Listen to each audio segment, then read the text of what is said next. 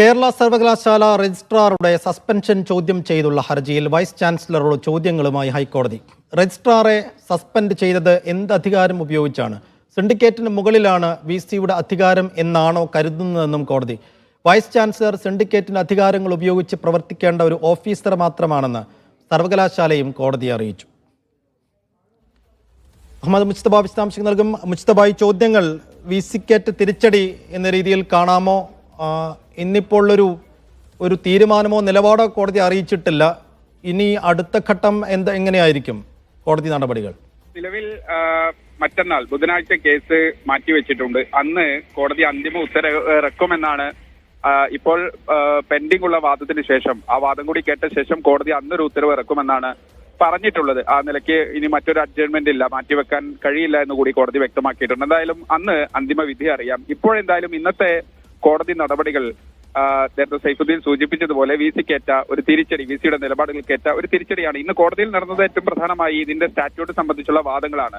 Registrar കൃത്യമായി തന്നെ പറഞ്ഞു, സിൻഡിക്കേറ്റാണ് നിയമനാധികാരി, അതുകൊണ്ട് പുറത്താക്കാനും സസ്പെൻഡ് ചെയ്യാനും ഒക്കെ, ടെർമിനേറ്റ് ചെയ്യാനും സസ്പെൻഡ് ചെയ്യാനും ഒക്കെ സിൻഡിക്കേറ്റിന് മാത്രമാണ് അധികാരം. അഥവാ എമർജൻസി പവർ ഉപയോഗിച്ച് VC അങ്ങനെ ഒരു നടപടി എടുത്താൽ തന്നെ തൊട്ടടുത്ത മീറ്റിംഗിൽ ഇത് റിപ്പോർട്ട് ചെയ്തതിനു ശേഷം സിൻഡിക്കേറ്റിന്റെ തീരുമാനത്തിന് വിടണം. ആ തീരുമാനം എന്താണോ അതാണ് അന്തിമം. ഇതാണ് ഇന്ന് രജിസ്ട്രാർ വാദിച്ചത്. അത് കോടതി ഏറെക്കുറെ ശരിവെക്കുകയും ചെയ്തു. മാത്രമല്ല VC-യോട് ചില കാര്യങ്ങൾ കോടതി ചോദിക്കുന്നുണ്ട്.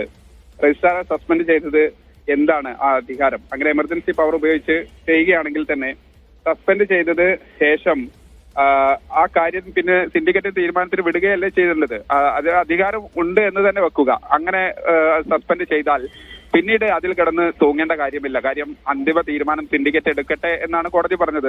സിൻഡിക്കേറ്റിനേക്കാളും മേലെയാണോ VC എന്നതുൾപ്പെടെയുള്ള ചോദ്യങ്ങൾ കോടതി ചോദിക്കുകയും ചെയ്തു. മാത്രമല്ല അധികാരം സിൻഡിക്കേറ്റിന് തന്നെയാണെന്ന് സർവകലാശാലയും കോടതിയിൽ ഒരു നിലപാടെടുത്തു. VC-യുടെ നടപടികളെ സർവകലാശാല തള്ളുകയാണ്.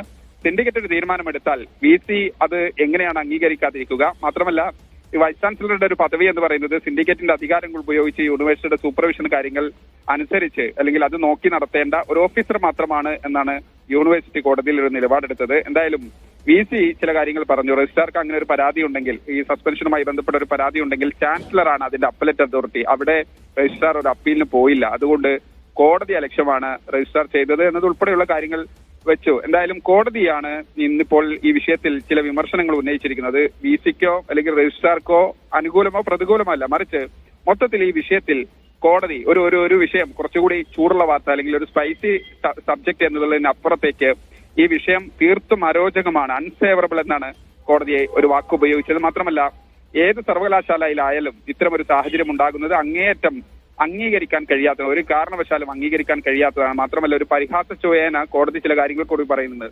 വിദ്യാർത്ഥികൾക്ക് മികച്ച മാതൃകയാണ് നിങ്ങൾ ഉണ്ടാക്കിക്കൊണ്ടിരിക്കുന്നത് എന്നതുൾപ്പെടെയുള്ള കാര്യങ്ങൾ എന്തായാലും കോടതിയുടെ ഭാഗത്തുനിന്ന് ഒരു വിമർശനാത്മകമായി ഈ വിഷയത്തിൽ ഉണ്ട്. എന്തായാലും ഈ വിഷയത്തിൽ രണ്ടുപേർക്കും ഒരു വാശിയുണ്ട്, അതാണ് പ്രാഥമികമായി മനസ്സിലാക്കുന്നത് എന്നൊരു നിരീക്ഷണം കൂടി കോടതി നടത്തിയിട്ടുണ്ട്. എന്തായാലും ബുധനാഴ്ച ഈ വിഷയം കോടതി വീണ്ടും പരിഗണിക്കുന്നുണ്ട്. അന്നായിരിക്കും വിഷയത്തിൽ ഒരു അന്തിമ ഉത്തരവുണ്ടാവുക. ഇടക്കാല ഉത്തരവിന് വേണ്ടി ചില ആവശ്യങ്ങൾ ഉയർന്നെങ്കിൽ പോലും കോടതി ഒരു ഇടക്കാല ഉത്തരവ് വിഷയത്തിലില്ല. വാദം പൂർത്തിയായതിനു ശേഷം അന്ന് തന്നെ ഒരു ഉത്തരവ് ഇറക്കാമെന്ന് കോടതി വ്യക്തമാക്കുകയും ചെയ്തു.